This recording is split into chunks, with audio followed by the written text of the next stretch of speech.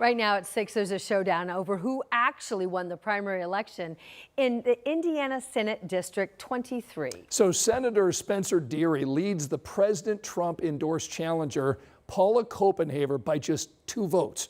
Now Copenhaver has filed a petition for a recount. At the center of it are the voters named in that petition who the Copenhaver team wants to question under oath about their vote and their voting history. Emily Longnecker talked with one of those voters today who says he did nothing wrong. The least you can do as an American citizen is vote. That's a lesson Christopher Wood tried to impart to the high school students he taught decades ago. And I said to them at the end of the class, there's only one thing that I want. Vote. If you learned anything, learn that it is your responsibility to vote. Wood says he'd teach that same lesson today, even as the vote he just cast in this month's primary is being questioned. I just don't understand it. Wood voted for incumbent Republican State Senator Spencer Deary over Deary's challenger, Paula Copenhaver, who's asking for a recount after losing by 2 votes. But in these court documents, Copenhaver doesn't just want a vote recount. Her team wants to question 14 voters, including Wood, under oath about their voting history and their choice to vote in the most recent Republican primary. Copenhaver's team claims some of these voters spoke to reporters or posted on social media that they had crossed over from their normal party affiliations to vote in the Republican primary, but planned to vote for a Democrat in November. Copenhaver's arguing those voters' ballots should be thrown out. I have never heard before when someone has asked for a recount where then they are going after the actual voters. Under Indiana law, a voter can be challenged at the polls when they ask for a particular party's ballot if a poll worker or even another voter believes that person normally doesn't vote for candidates in that particular party. If that happens, the person can still vote, but they have to sign an affidavit saying in the upcoming general election they'll vote mostly for candidates in the party whose ballot they chose in the primary. Wood says he voted in Republican primaries in Indiana before, and when he did this time, he says no one ever challenged him when he asked for a Republican ballot. Wood identifies as an independent and says he voted for Deary in part because he supported Deary's vote against redistricting, something he says he shared with a reporter. Because he had the integrity not to be pressured into doing something that he morally thought was wrong. But Wood says he's also voted for Democrats before, too. I think you choose not the party, the person. And for Wood, that means if a recount in the Senate District 23 race happens, and Spencer Deary isn't the Republican nominee come November, and Paula Copenhaver is, are you going to vote for her? Absolutely not. Leaving Wood to vote for a Democrat when it comes to picking who he wants to represent him in the Indiana Senate. I don't believe in not voting for someone. In West Lafayette, Emily Longnecker, 13 News.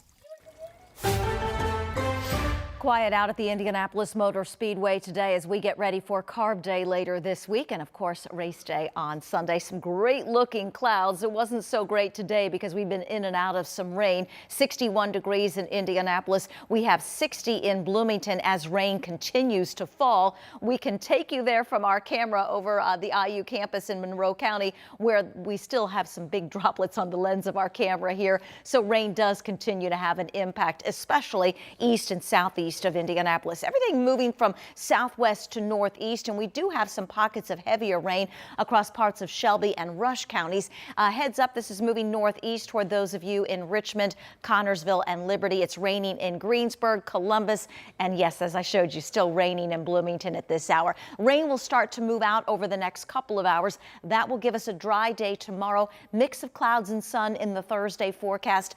Near 50 to start, 65 to 70 for high temperatures. As you think about making plans for Carb Day, still have a dry start with a soggy finish in that Friday forecast. All right, Angela, thanks so much. Tonight, security camera video shows teenagers breaking into a store and stealing money from the register. Now, several of those said to be involved are facing charges, and we just got new court documents and more pictures in the case. Ashton Hackman tells us tonight this wasn't the only time the suspects did this. Several businesses on the northwest side caught the group of teens on camera. Police say they had the same pattern each time. Smash the glass with a brick, head straight for the register, and take cash. And when they couldn't open it, police say they took the entire register. The teens made off with more than $31,000 in cash. These aren't corporate businesses. These are very small local owners, and these were major financial losses to all of them. That's a lot of repairs that they have to eat on their own. In at least 2 of the break-ins, investigators say a fingerprint was left on a cash register. That print, they say, helped identify 16-year-old Jesse Green. So did these pictures posted on Instagram. That's Green on the left posing with a gun. A similar gun police say he used during one of the break-ins. With not only a firearm, but a firearm with machine gun conversion devices. Extremely lethal objects. Other Instagram posts help identify another teen suspect using tattoos. Ones they say match the tattoos of one of the teens caught on security video. Right now, police say that Green is the only suspect arrested in connection to this string of burglaries, but that police are continuing to investigate. In Indianapolis, Ashton Hackman, 13 News. Green is held in custody without bond until his initial hearing. He's scheduled to be in court Friday morning. Tonight, the country's most well-known competitive eater is on probation after pleading guilty to battery in Hamilton County. This happened back in March at Joe's Grill in Westfield. Court documents say that someone recognized Joey Chestnut and began talking to him. But when the man reached out to shake his hand, Chestnut slapped him in the face. Chestnut is a 17-time champion of the Nathan's Hot Dog Eating Contest. He'll be on probation when this year's contest takes place on the 4th of July.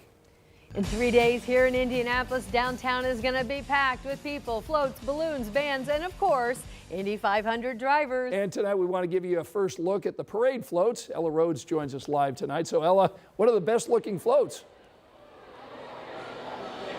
I mean, they're all amazing looking, Scott, but I think my favorite might be the Purdue float. Yes, I'm an IU fan, don't hate me, guys, but I want to show you the Lucas Oil float here. This is their first year that they're actually the title sponsor of the parade, and the parade is also celebrating 70 years. Just look at how beautiful these blues and reds, whites, and of course you got some checkered print balloons on there, super great stuff. And then I'm going to show you over here the Lucas Oil 500 Festival Parade float. Now this is racing through history. That's the theme for all of the floats this year. But I want to specifically show you this sign because it shows you the exact design of how they came up with this float, resembling a race car, of course. And each float here, out of all the 11, are really trying to embody that racing through history spirit. And I want to introduce you to Dave. Dave, you are in charge of all of this amazing fun stuff this month, and you just announced a very special guest who will be on this IMS float. Tell us who we can expect to see. Well, in partnership with our friends at Indianapolis Motor Speedway, we will have one of the Artemis II astronauts, Jeremy Hansen, on this float during the parade, the Lucas Oil 500 Festival Parade on Saturday. Amazing. I mean, what does that mean that we have such an important, astronaut pioneer going to be a part of this?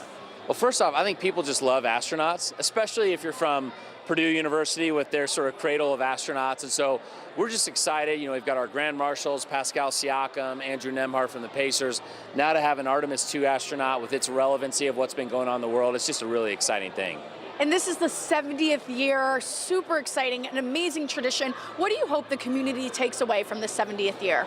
Yeah, I think the first 70 years has been a tremendous foundation.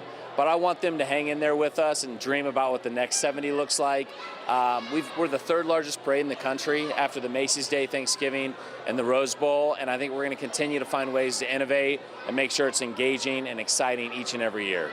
Oh my gosh, I love that. I love that. And you guys can watch the parade at noon. If you don't plan to go to downtown to actually see it in person, you can watch it right here on WTHR. Scott and Ann? It'd be so cool to have an astronaut in that parade. That's going to be awesome. Thank you so much, Ella. And we want to let you know that you can watch the Lucas Oil 500 Festival Parade live right here on Channel 13 Saturday at noon. And then we'll be rebroadcasting the parade on our WTHR streaming app at 7 o'clock Saturday night. Then join us race morning bright and early at 5 a.m. We'll get you ready for when the green flag drops. We also have extended post-race coverage right here on Channel 13. That'll be starting at 6. We will also have that streaming for you on the WTHR streaming app. So the big question is, Angela, are the skies going to remain clear for all these outdoor events that are now scheduled? Clear, completely clear? I can confidently say no, but I can also confidently say we're not forecasting any washouts. All of this starts with Carb Day. I'll have a look ahead to that forecast in a few minutes.